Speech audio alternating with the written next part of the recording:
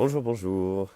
Nous sommes mercredi 8 avril, c'est aujourd'hui l'anniversaire de Thomas Bouvet, qui va donc le fêter en confinement. Mais un joyeux anniversaire Thomas. Et sans plus tarder, on retrouve notre bulle Boris Vian avec aujourd'hui l'épisode 15 de L'écume des jours, chapitres 40 et 41. Comme d'habitude, petit résumé de ce qui s'est passé précédemment. Voilà donc déjà plusieurs épisodes que Chloé, la jeune épouse de Colin, est hospitalisée pour une maladie encore inconnue. Tous les amis de Colin les soutiennent et continuent d'espérer. On a son cuisinier, Nicolas, les inconditionnels de Jean Solpartre, Chick et Alice, et la jolie Isis. Mais celui dont on attend le plus aujourd'hui, c'est le docteur, le professeur Mange-Manche. Saura-t-il soigner Chloé? L'écume des jours, chapitre 40. Ça ne va pas dit Nicolas sans se retourner avant que la voiture démarre. Chloé pleurait toujours dans la fourrure blanche et Colin avait l'air d'un homme mort. L'odeur des trottoirs montait de plus en plus. Les vapeurs d'éther emplissaient la rue.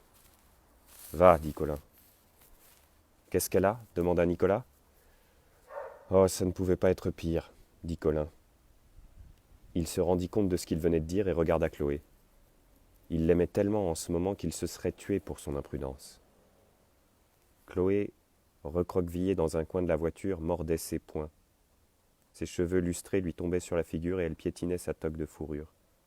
Elle pleurait de toutes ses forces comme un bébé, mais sans bruit. « Pardonne-moi, ma Chloé, dit Colin, je suis un monstre. » Il se rapprocha d'elle et la prit près de lui. Il embrassait ses pauvres yeux affolés et sentait son cœur battre à coups sourds et lents dans sa poitrine. « On va te guérir, dit-il. Ce que je voulais dire, c'est qu'il ne pouvait rien arriver de pire que de te voir malade, quelle que soit la maladie. »« J'ai peur, dit Chloé.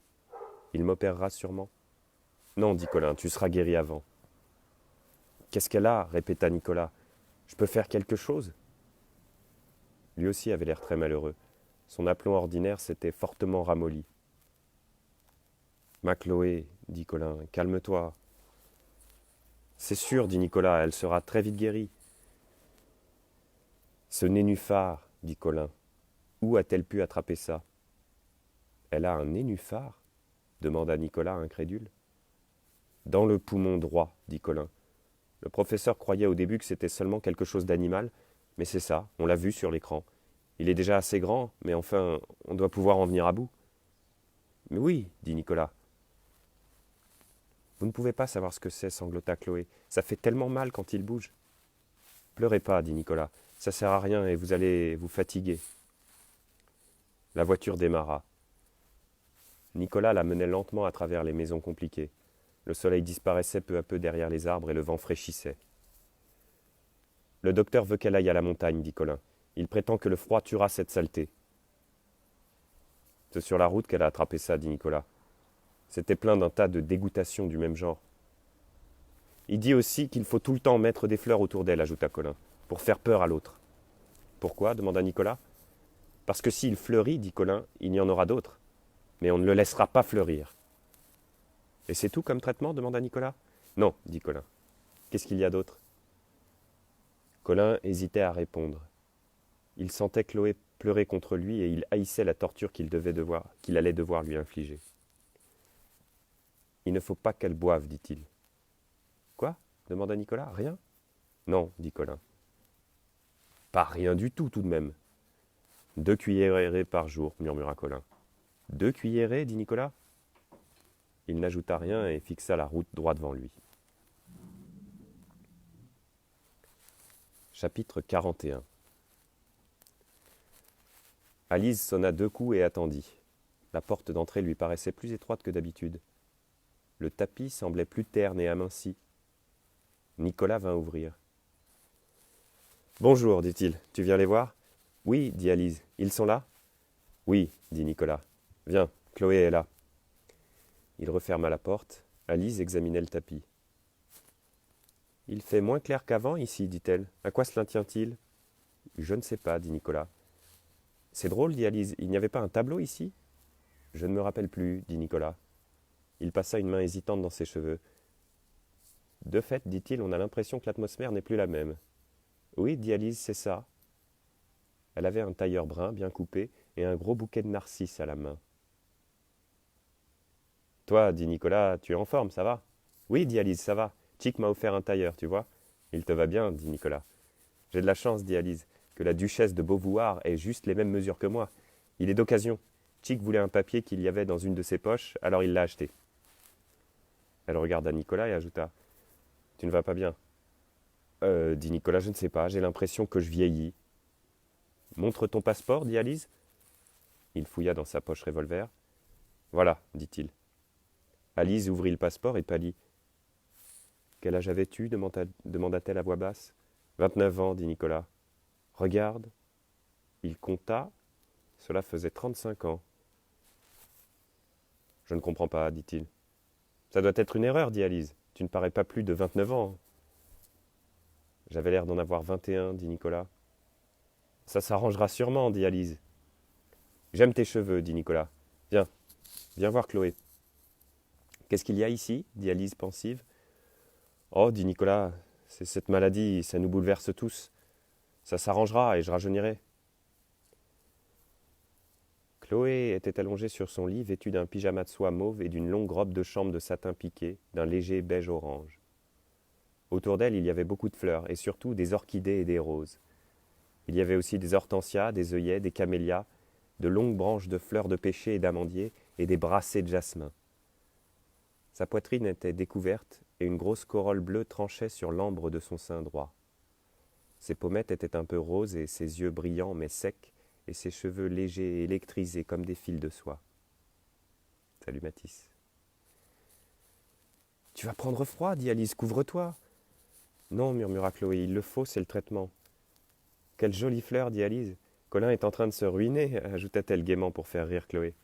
Oui, murmura Chloé. Elle eut un pauvre sourire. Il cherche du travail, dit-elle à voix basse. C'est pour cela qu'il n'est pas là. Pourquoi parles-tu comme ça demanda Alice. J'ai soif, dit Chloé dans un souffle. Tu ne prends réellement que 2 cuillerées par jour, dit Alice. Oui, soupira Chloé. Alice se pencha vers elle et l'embrassa. Tu vas bientôt être guérie. Oui, dit Chloé. Je pars demain avec Nicolas et la voiture. Et Colin demanda Alice. Il reste, dit Chloé. Il faut qu'il travaille. Mon pauvre Colin. Il n'a plus de doubleson. Pourquoi demanda Alice. Les fleurs, dit Chloé. Est-ce qu'il grandit murmura Alice. Le nénuphar dit Chloé tout bas. Non. Je crois qu'il va partir.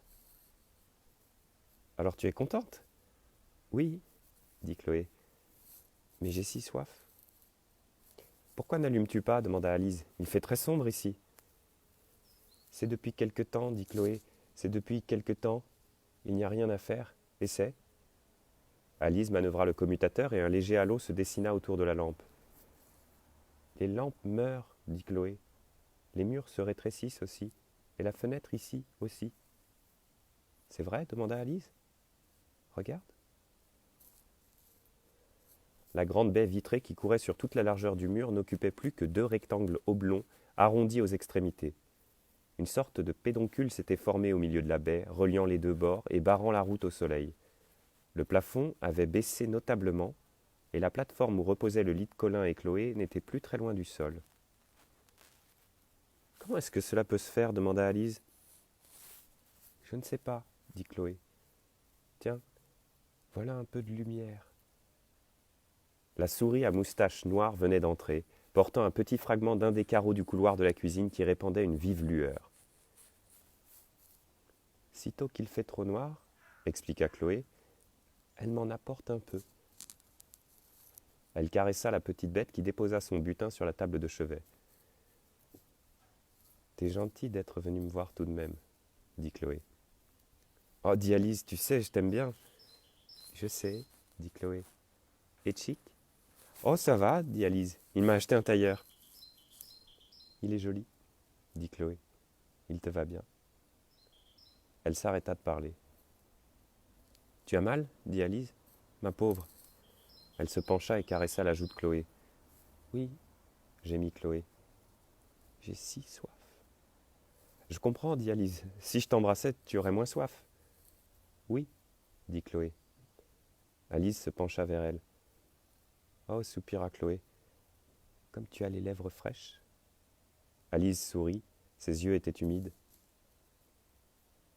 Où pars-tu demanda-t-elle. Pas loin, dit Chloé. Dans la montagne. Elle se tourna sur le côté gauche. Tu l'aimes bien, Chick? Oui, dit Alice, mais lui aime mieux ses livres. Je ne sais pas, dit Chloé. C'est peut-être vrai. Si je n'avais pas épousé Colin, j'aimerais tellement que ce soit toi qui vive avec lui. Alice l'embrassa de nouveau. Fin du chapitre 41.